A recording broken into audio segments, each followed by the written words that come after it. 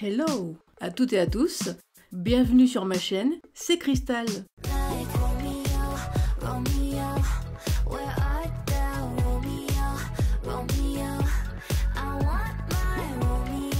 Et oui, je suis enfin de retour après plusieurs mois d'absence, mais bon, cette fois-ci, normalement, je suis de retour pour de bon. Alors, je garantis pas une vidéo par semaine, mais déjà d'être un petit peu plus régulière au niveau des posts de vidéos. En effet, les derniers mois, pour moi, ont été assez compliqués, surtout au niveau santé, quoi. Donc, on va essayer de se remettre dans le bain, doucement, mais sûrement. Bref, sur ce, je vous laisse avec la vidéo d'aujourd'hui. On part donc sur une personnalisation de tous mes écrans, Mac, iPhone, iPad. Et la première partie, c'est maintenant.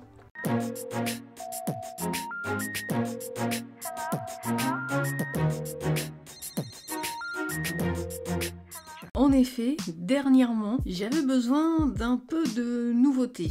Et donc, ça m'a mené à l'idée de tout repersonnaliser complètement, tous mes appareils. Alors, on va commencer par le MacBook. Rappelez-vous, il y a environ un an, j'avais déjà fait une vidéo qui s'appelait Comment personnaliser son MacBook M1. C'était en 2 parties, c'était un peu long. Mais bon, il y avait beaucoup de choses sur le sujet. Aujourd'hui, ça sera plus court et en une seule partie. Donc, j'ai fait la mise à jour de mon ordinateur sur macOS Ventura pour repartir sur de bonnes bases et on est bon pour commencer. Sachez que 2 autres vidéos suivront pour l'iPhone et l'iPad. Donc je pense qu'on peut y aller. C'est parti.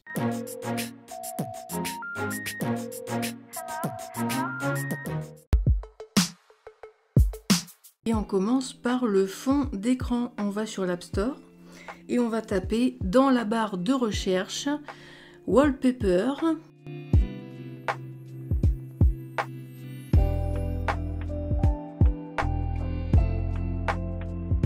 Et on va ainsi atterrir sur l'application que j'ai dégotée, qui est très bien notée d'ailleurs. Elle a 4,8 sur 5, donc c'est assez cool. Elle s'appelle eWallpaper Static. Vous avez un petit peu des fonds d'écran de toutes sortes.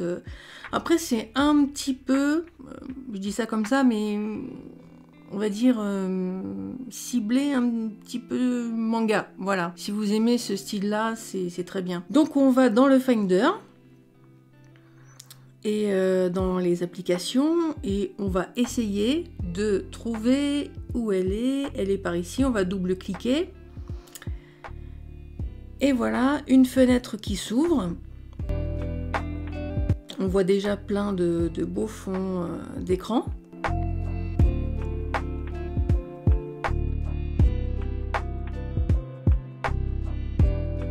Voilà, je vous montre un petit peu, vite fait. Donc ce que vous avez en haut, le plus chaud généralement, eh bien c'est ce qui est tendance. Ensuite, en dessous, vous avez à jour, ça c'est les nouveautés généralement.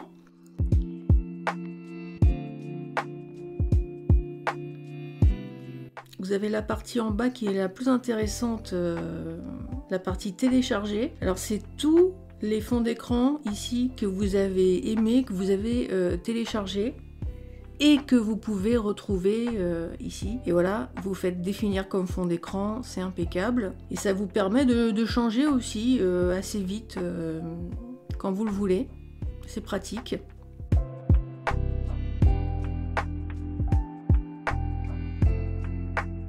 Donc si vous voulez télécharger un fond d'écran, voilà, vous cliquez sur l'image de votre choix.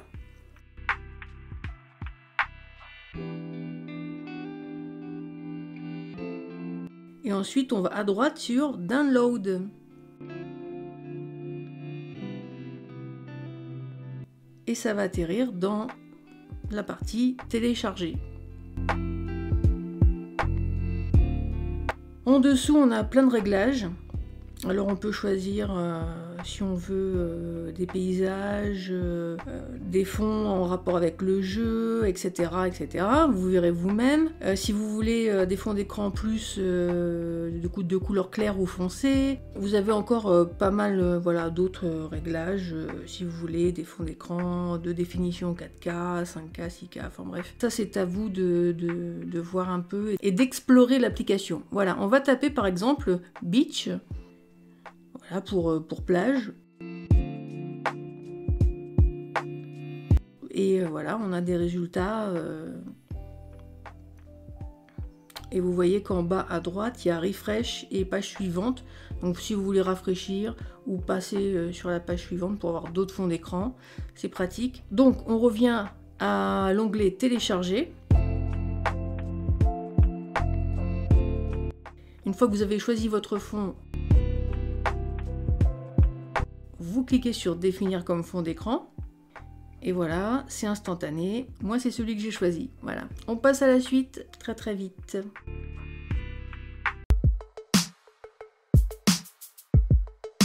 Alors on continue avec des petits réglages simples qu'on va modifier.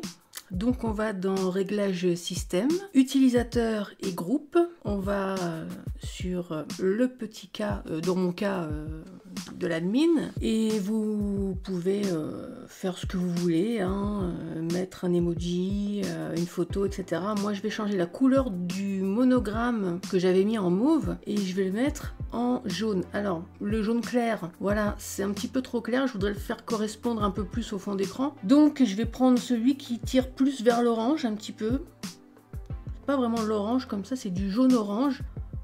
Voilà. Et c'est tout simplement fini pour cette étape et ça donne ça. Ça correspond bien avec le fond d'écran, je trouve. Ensuite, on va retourner dans Réglages système, Apparence, et on va dans la couleur d'accentuation. Et c'est pareil, là, je vais mettre sur jaune. C'est très simple, hein, vous voyez. Et en fin de compte, ça donne ça, voilà, la couleur d'accentuation.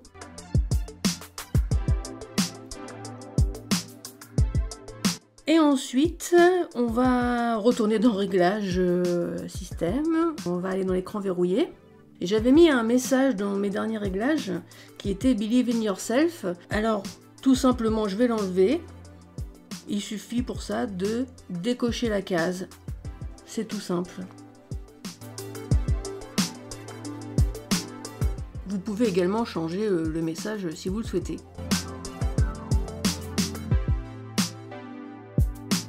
Et voilà, sans l'inscription au-dessus de la petite croix annulée.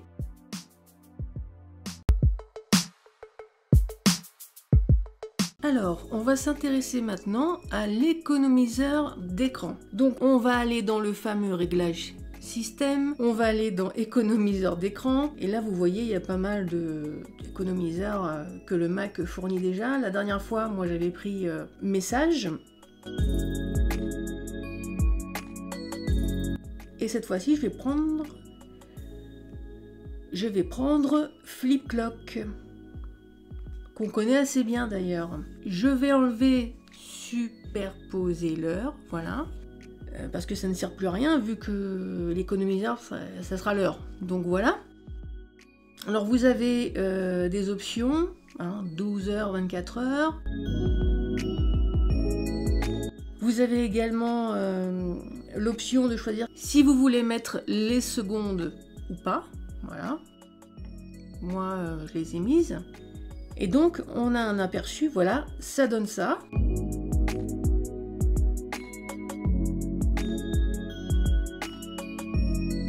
Et en écran de veille, ça va donner ça. C'est cool. Pour la suite, on va rester dans tout ce qui est un petit peu horaire et on va aller télécharger dans l'App Store une super appli qui fera qu'on pourra mettre une horloge directement sur le bureau. C'est super. Ça s'appelle Desktop Flip Clock Horloge. Voilà. Ouh là là, c'est long. Donc la voici. On clique dessus. Voilà à quoi ça ressemble sur l'App Store. On va cliquer sur obtenir, installer, etc. Il se peut qu'on vous demande un mot de passe de votre identifiant Apple, mais bon ça c'est simple à régler. Ça se télécharge et voilà. Ensuite, on va se retrouver dans le Finder et notamment dans la partie application. Et on va chercher celle qu'on vient de télécharger, Flip Clock, l'horloge de bureau. On voit en haut une petite fenêtre qui s'ouvre. Et là, on a plein de choses différentes, des paramètres, etc.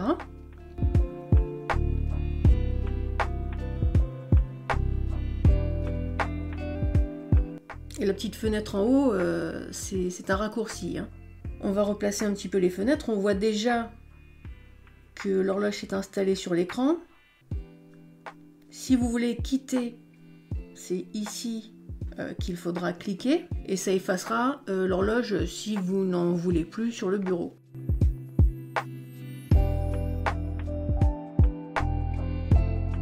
Alors, on va repartir sur le raccourci tout en haut.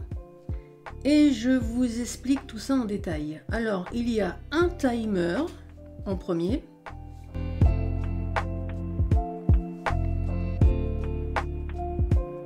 On va mettre la fenêtre des paramètres sur le côté. Voilà un timer. Et vous voyez ce que c'est, on a l'habitude. Ça marche très très bien. Voilà.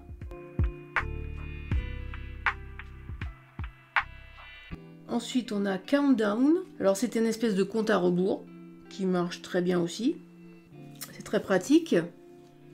Vous avez affiché la vitesse Internet. Ça vous affichera à côté du petit logo en haut votre vitesse de connexion Internet, les débits. Voilà. Lancer à la connexion, c'est hyper important. Si vous cliquez pas là-dessus, eh bien l'horloge se lancera pas au lancement de votre ordinateur. C'est simple. Alors, dans paramètres, voilà, tout en haut, il y a un bouton rouge. Alors, si vous cliquez là-dessus, c'est pareil, c'est que vous voulez plus de votre horloge sur votre bureau, ça va tout éteindre. Sinon, on a le Clock Style, où on choisit quelle forme aura son horloge.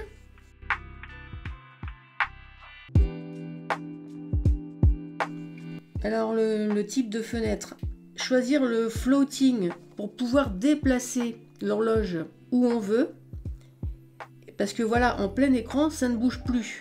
Donc ça, c'est seulement quand vous avez mis à l'endroit où vous voulez l'horloge, vous faites plein écran. Sinon, si vous voulez la bouger, c'est floating. Voilà, c'est une fenêtre flottante, quoi. Sinon, vous avez la taille, la transparence. Vous pouvez gérer un petit peu tout ça. Voilà, vous voyez un petit exemple.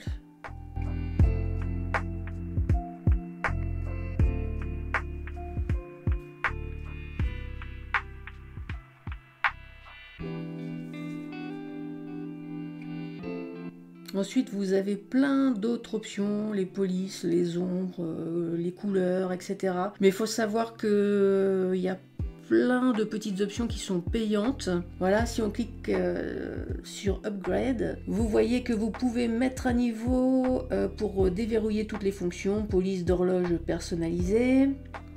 Vous pouvez déverrouiller tous les cadrans de montre, paramètres timer, voilà, vous aurez accès aux couleurs, à la transparence sur certaines fonctions, c'est bien.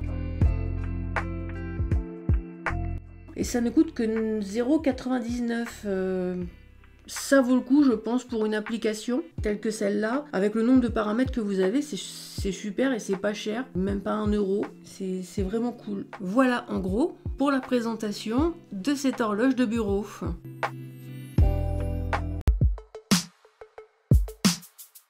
Il y a un an, les icônes du bureau pour les dossiers, je les avais téléchargées sur un site internet. Aujourd'hui, on va les faire sur Canva directement.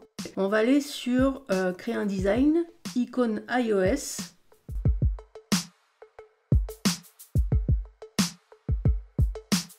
Et là, on a un carré. Alors, vous voyez sur la gauche que vous avez pas mal de petits tableaux, on va dire, certains gratuits, certains payants, avec voilà, des petits designs pour les dossiers. Alors moi, je voulais vraiment que ça ressemble à la forme d'un petit dossier. Donc j'ai tapé folder dans la barre de recherche pour trouver vraiment cette forme que je voulais.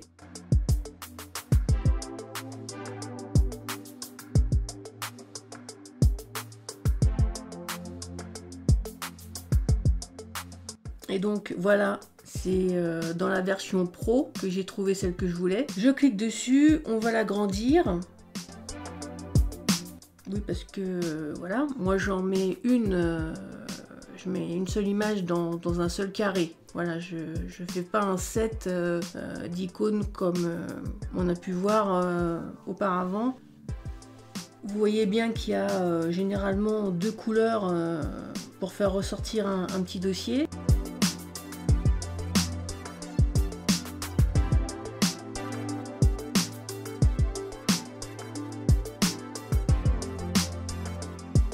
On va commencer à s'attaquer à l'icône de Pinterest, pour l'exemple. J'ai déjà fait celui de Facebook, YouTube, Instagram, voilà, qui ressortent assez bien sur l'écran. Vous pouvez dupliquer d'ailleurs quelque chose que vous auriez déjà fait pour avoir la même dimension que les autres dossiers. Ça, c'est pas mal aussi. Donc là, je vais enlever ce que j'avais mis pour Instagram et on va changer les couleurs.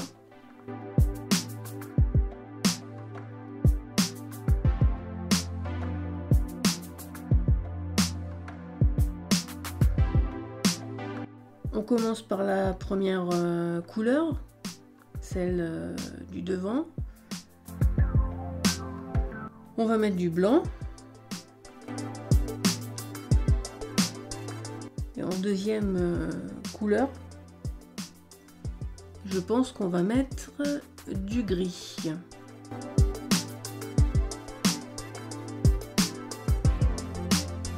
Alors, je vais essayer de mettre avec la pipette, mais des fois on n'a pas forcément, même avec la pipette, on n'a pas forcément le résultat qu'on veut.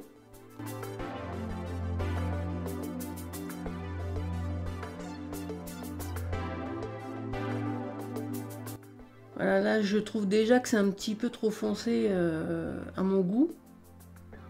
Donc on va essayer d'aller bouger ça dans voilà, l'espace couleur, jusqu'à trouver la bonne teinte. Et voilà, une fois qu'on a mis un logo avec Pinterest sur le dossier. Ensuite, on enregistre au format PNG.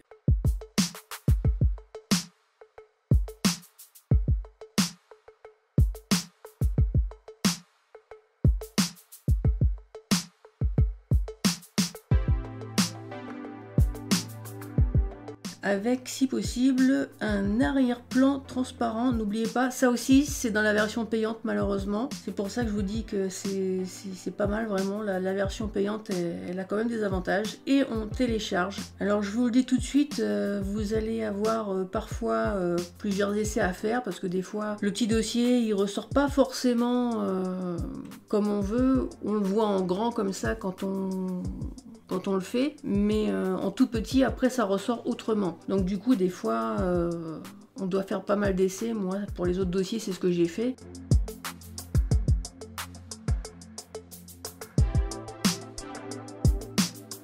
Alors, une fois qu'on l'a téléchargé, on le met sur le bureau, on fait lire les informations au niveau de l'icône du dossier qu'on veut changer. Et là, on le fait glisser tout simplement sur le petit dessin. Et voilà, l'icône du dossier a changé. Alors je vous le dis tout de suite, moi c'est un peu petit pour moi là. Je trouve qu'il va falloir que je le change. Voilà.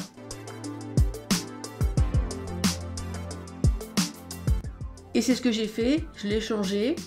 C'est beaucoup mieux. Et j'ai fait Voilà, d'autres petits dossiers également de la même manière. Alors vous pouvez bien évidemment changer la taille des dossiers en faisant la petite manipulation comme on voit à l'écran. On va sur présentation, afficher les options de présentation et taille des icônes. Alors moi personnellement je vais laisser à la même taille, mais vous pouvez changer voilà si vous voulez. Il y a également d'autres options voilà, dans la petite fenêtre.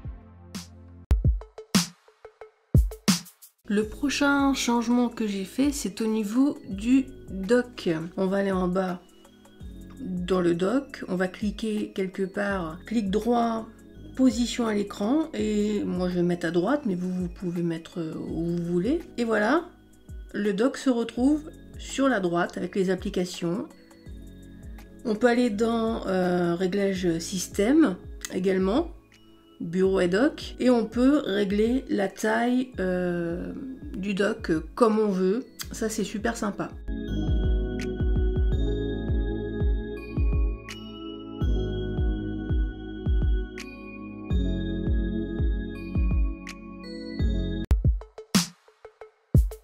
Alors, on va terminer la customisation du bureau avec des widgets. Donc c'est parti, on va aller dans l'App Store et on va aller télécharger quelque chose de bien intéressant. Dans la barre de recherche, on va taper Widget Wall.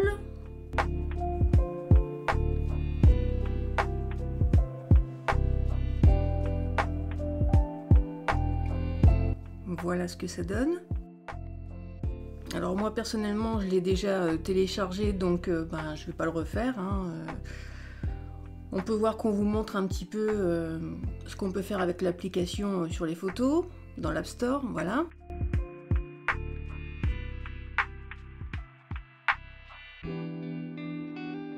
On va quitter.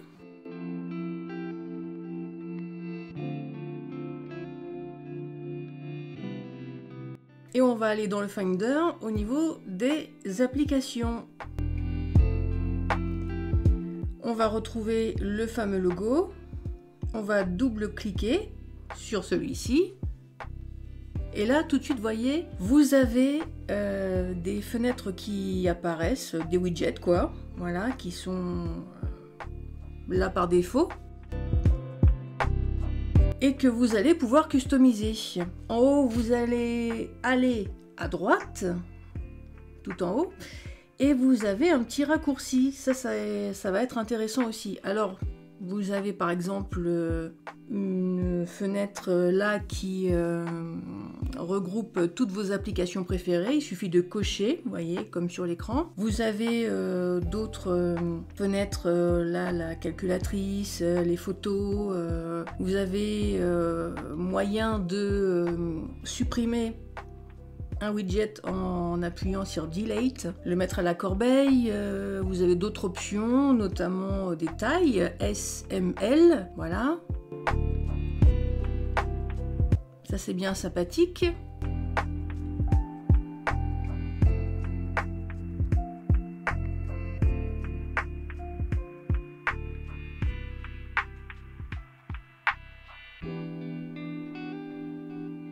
Et on va retourner tout de suite en haut, dans le petit raccourci.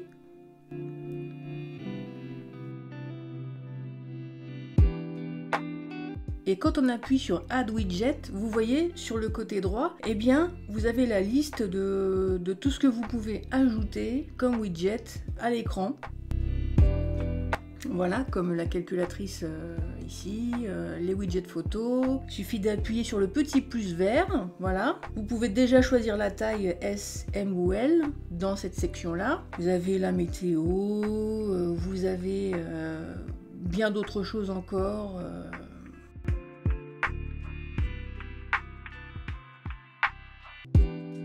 Là, vous avez les performances, par exemple, de l'ordinateur, le CPU, la RAM, etc. Vous avez un accès avec une fenêtre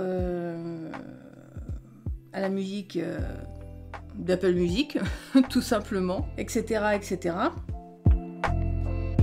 Voilà, vous avez bien d'autres choses encore.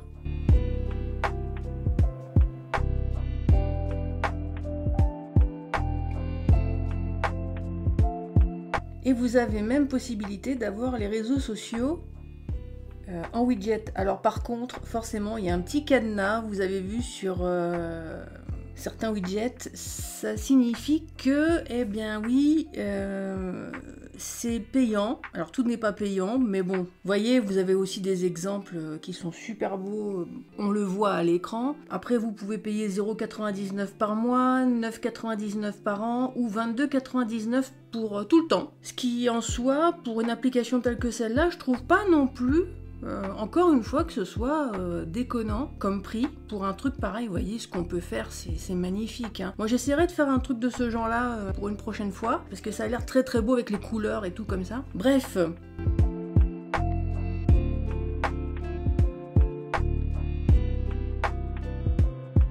alors moi je vais supprimer les applications parce que je préfère les avoir dans le dock.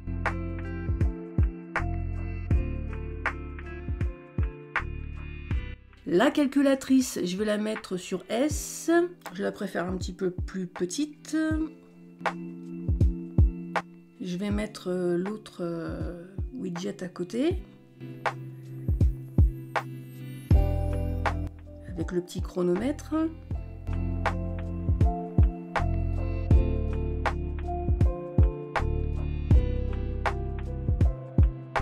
Je vais supprimer ce widget photo.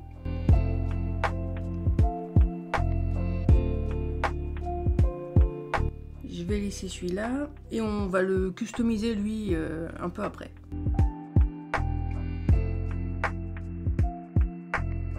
Alors, quand vous appuyez sur les trois petits points, vous voyez que les photos, alors vous pouvez les avoir toutes les 5 minutes, toutes les 10 ou 15 minutes. Vous avez possibilité de mettre des images via Internet et via votre ordinateur. Alors moi j'ai fait un dossier exprès de photos.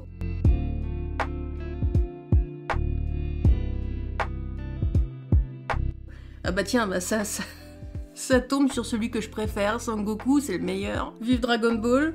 Voilà, j'ai fait un dossier exprès pour mettre toutes les photos et comme ça, ça se relaie directement toutes les 5, 10 ou 15 minutes, voilà. Alors, dans Préférences, vous avez Startup. Alors, cochez cette case, parce que pareil que pour l'application du début avec l'horloge, ça va vous ouvrir les widgets à l'ouverture de l'ordinateur. Sinon, ça ne vous les mettra pas tout de suite. Vous pouvez changer les couleurs de vos widgets. Vous avez vu, c'est super intéressant aussi.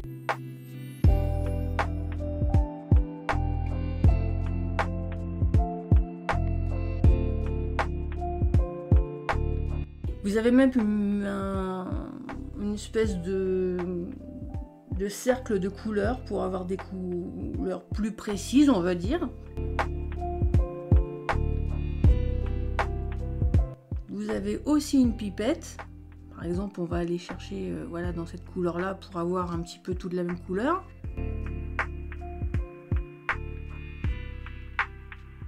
C'est bien foutu, mine de rien. Vous avez un mode plus clair, un mode dark. Voilà, bah c'est à vous de regarder un petit peu toutes les options que vous pouvez avoir. En bas, vous pouvez reset, remettre à zéro, quoi, tous les réglages. Et il y a le fameux Snap to Grid dans la liste. Surtout, alors je passe en revue un petit peu ce qu'il y a dans les autres qui est moins intéressant, mais surtout Snap to Grid, il faut le décocher parce que sinon ça va faire, disons que vos widgets, quand vous allez les placer, ça va pas se placer comme vous le voudrez. Et voilà, je crois qu'on en a à peu près fini en gros avec cette application qui est bien sympathique. Personnellement, moi je rajouterais un widget photo avec des pochettes d'albums, c'est ce que j'ai bien envie de faire. Et puis voilà. Et voilà, c'est la fin de cette vidéo. Si vous l'avez regardée jusqu'au bout, un grand merci. J'espère qu'elle vous aura plu et que peut-être elle vous aura fait découvrir des petites choses pratiques ici et là. On va se quitter, mais je vous donne rendez-vous très bientôt pour la personnalisation de l'iPhone. Suivez-moi sur Insta, c'est un petit conseil pour connaître la sortie des vidéos. C'est là que je communique tout ça. Bisous à tous, bye! Open up.